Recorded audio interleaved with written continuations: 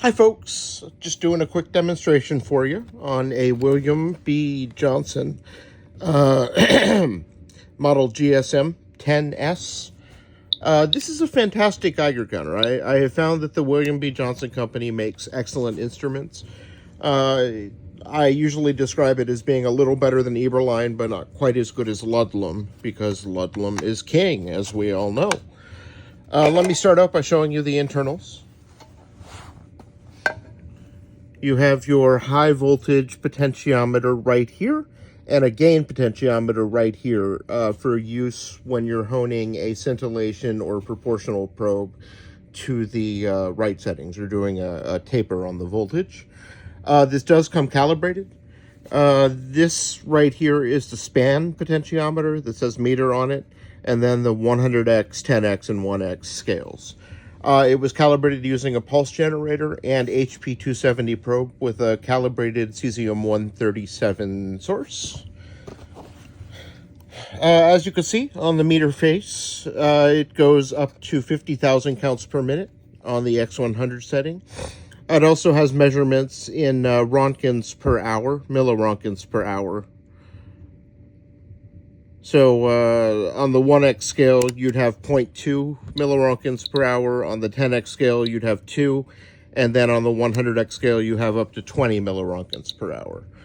I have it hooked up currently to an HP 270 probe, which is unfortunately not included. I don't have enough probes at the moment to sell with every counter.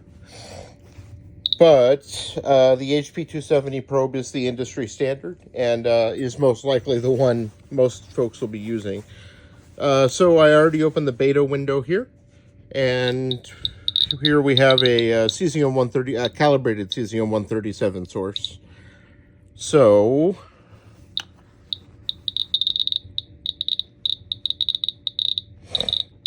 that's on the 10x scale. I'll show you. It maxes out the 1x scale. Let's do a gamma only reading by closing the thingy. So there we go, maxed out on the 1x. Let's see where it goes on the 10x scale here. So we're getting about 1,500 to 1,700 counts per minute on the 1x scale with an HP 270 probe. Set to almost exactly 900 volts. The speaker output here is for a 1/8 inch audio jack. I believe it uses a piezoelectric headphone, but you can make your own easily out of a piezoelectric headphone if you attach it to a 1/4 inch jack. I do have a few probe mounts, so if you want a mount, if you tell me what kind of probe you're using, I can try to match it up. It's a pretty straightforward counter. Very nice. Should last you a long time. And I don't know if I mentioned this, but the tick on this meter is actually a fair bit louder than your Eberlein and Ludlum counterparts, making it a very attractive meter for mineral prospecting in particular. If you're looking for hot rocks, the audio from the Johnson meters really can't be beat. And for the sake of demonstration, I'm going to plug in a gamma scintillation probe. This is a custom probe that I made out of a unit I bought on eBay several years ago. I don't know if the voltage is correct, but we shall find out together. Okay. The voltage is good enough. So let's show you with my cesium-137 source.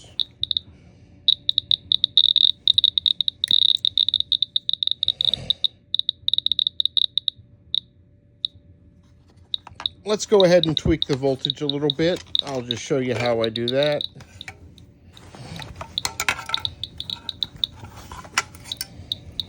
Gonna go ahead and put the cesium-137 source on there so we know exactly what we're doing. Whoops.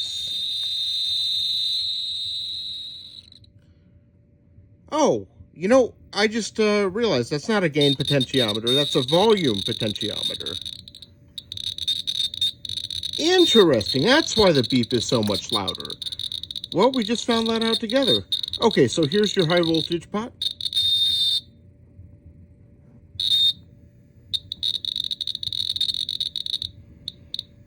This probe is kind of testy.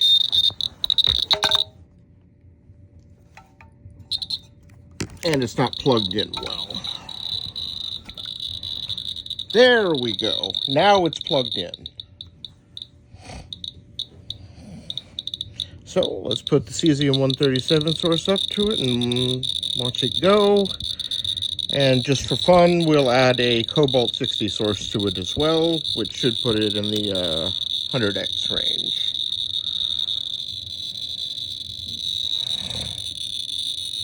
Let's go ahead and take the sources off there.